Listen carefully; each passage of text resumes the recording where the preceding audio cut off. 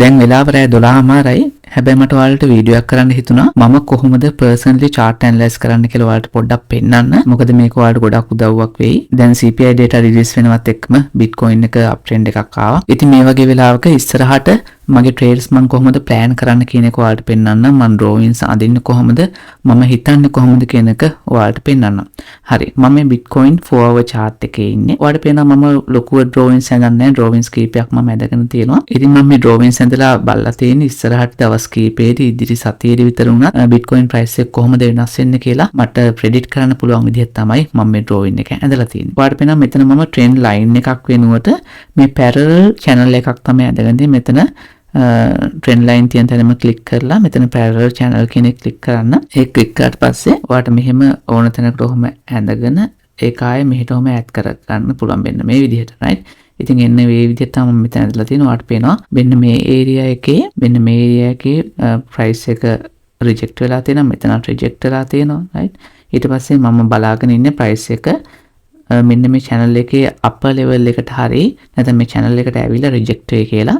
දැන් මේ channel එකේ lower level එක touch කරලා තියෙනවා. ඉතින් මම ලොකුවටම බලාපොරොත්තු වෙන්නේ 22400 කියන level එකෙන් price එක reject වෙයි කියලා. 22400ත් 500ත් අතර මම මේක තව ක්‍රම කීපයකින් confirm කරගන්නවා. ඊළඟට මම use කරලා තියෙන මේ fixed range volume profile එක. ඒක අපිට මෙතෙන්ද කියලා ගන්න පුළුවන් fixed range volume profile කියන එක. ඒක ගත්තට පස්සේ අපිට මෙන්න මේ area එකේ නම් මෙතෙන්ද ගත්තට පස්සේ ඔයාලට පේන එකේ volume එක තියෙන විදිහ. ඒතර මෙන්න මෙතන ලොකු volume එකක් තියෙනවා. එතනින්ම තමයි price එක මේව up trend එකක් කියලා තියෙන reject වෙලා.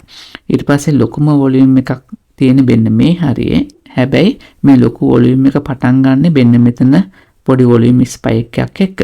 එතකොට මේ හරියට resistance එකක් තියෙනවා, මේ හරියට resistance එකක් තියෙනවා. ඉතින් මේක අපිට තවදුරටත් confirm කරගන්න පුළුවන් මේ order block එක කොහෙන් තියෙන්නේ කියලා බලාගෙන. ඉතින් මම order block එක ඇඳගෙන තියෙන මේ rectangle එකක් අරන් තියෙන මෙන්න මෙතන තියෙන rectangle එක අරගෙන මෙතන order block එක ඇඳගෙන තියෙනවා.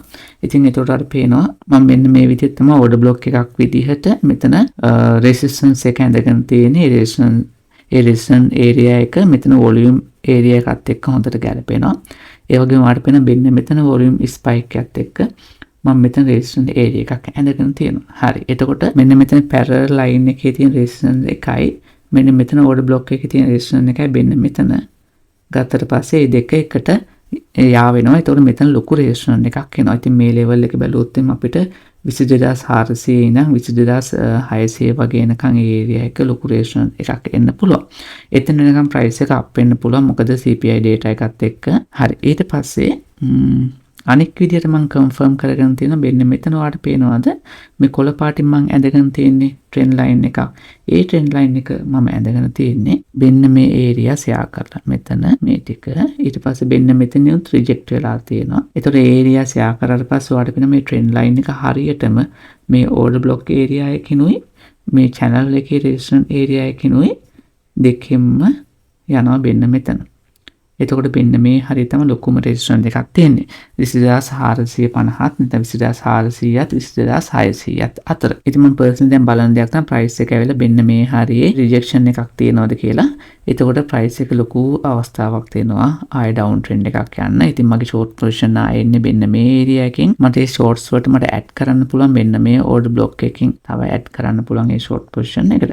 ඉතින් ඔයාලට පේනවා ක්‍රම කීපයකින් මම කොහොමද මගේ ඉස්සරහ තියෙන trades මම plan කරන්න කියලා. ඉතින් මෙතෙන්දී Bitcoin එක කොහොමත් මම බලන්න දෙයක් තමයි මේ up trend එකක් ආවට මෙතන resistance වෙලා overall market එක down trend එකක් යයි කියලා. ඉතින් ඒකට තමයි මම last වෙලා ඉන්නේ ඉදිරි දවස් කිහිපෙදී. හරි. මේ වගේ වීඩියෝස් ඔයාලට ඕන නම් comment section එකේ දාන්න මේ වීඩියෝ එක හොඳයිද කොහොමද කරන්න ඕන කියලා. ඒ වගේම වීඩියෝ එකට like එකක් දාන්න. හරි. ඉතින් අවසානයේ කියන්න ඕනේ මේ කිසිම දෙයක් financial advices නෙවෙයි. බලලා trade කරන්න කියලා නෙවෙයි කියන්නේ.